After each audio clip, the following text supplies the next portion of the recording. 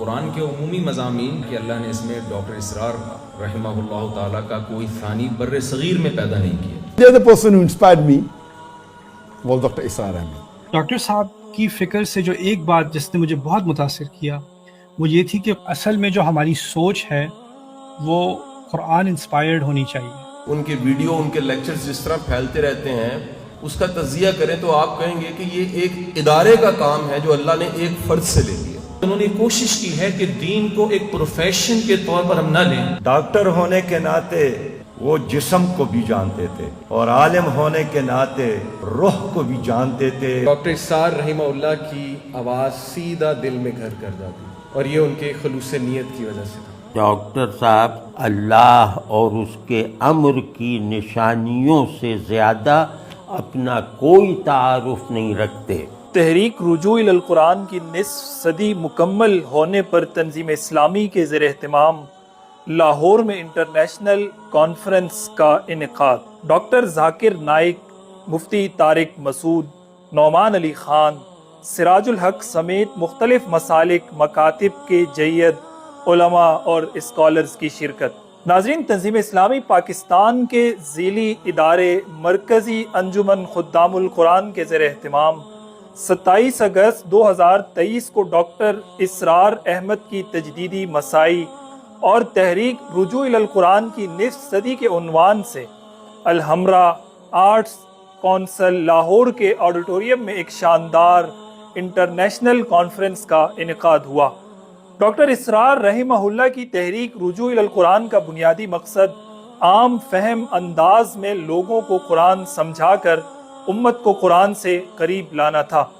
گزشتہ روز منعقدہ کانفرنس کے بنیادی مقاصد بھی یہی تھے کہ اس بھولے سبق کو یاد کیا جا سکے اور تحریک رجوع الی القرآن جس کو 50 سال پورے ہو چکے ہیں، اس تحریک کے ذریعے ایک بار پھر قوم کو اللہ کی کتاب قرآن کے قریب لایا جا سکے.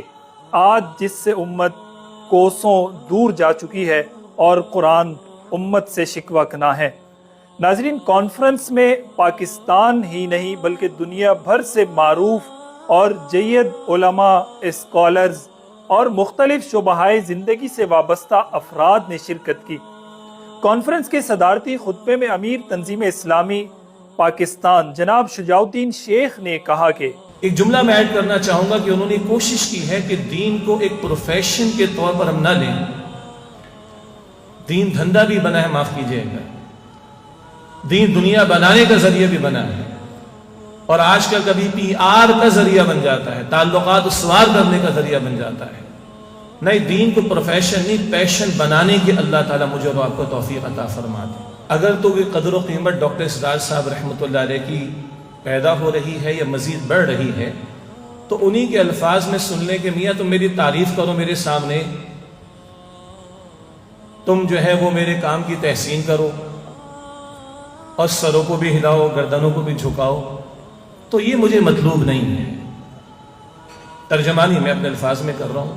جو آگ مجھ میں لگی ہے اللہ کرے کہ تمہارے اندر بھی لگ جائے، اور جو پیشن، یہ الفاظ آئے ہیں، اللہ نے مجھے عطا کیا ہے، اللہ کرے کہ تمہیں بھی اس میں سے کچھ حصہ مل جائے. اگر تو یہ ہے تو واقعتا کہ ڈاکٹر اسرار صاحب رحمۃ اللہ علیہ سے ہمیں محبت ہے. معروف عالم دین جناب مفتی طارق مسعود نے اپنی گفتگو میں کہا 2015 میں میسج ٹی وی نے مجھ سے انٹرویو لیا تھا کہ آپ کی مشہور شخصیات جو آپ کے لیے فیمس پرسنالٹی ہیں، جن سے آپ بہت زیادہ متاثر ہیں، وہ کون کون ہیں. تو میں نے 4 افراد کے نام لیے تھے. چوتھی شخصیت قرآن کے حوالے سے، قرآن سے لوگوں کو آگاہ کرنا، قرآن کے وہ مضامین جن پہ بات چیت ہم نے چھوڑ دی تھی. ہمارے ہاں تو ہر شخص قرآن سے اپنے مطلب کی چیز نکال رہا ہوتا ہے.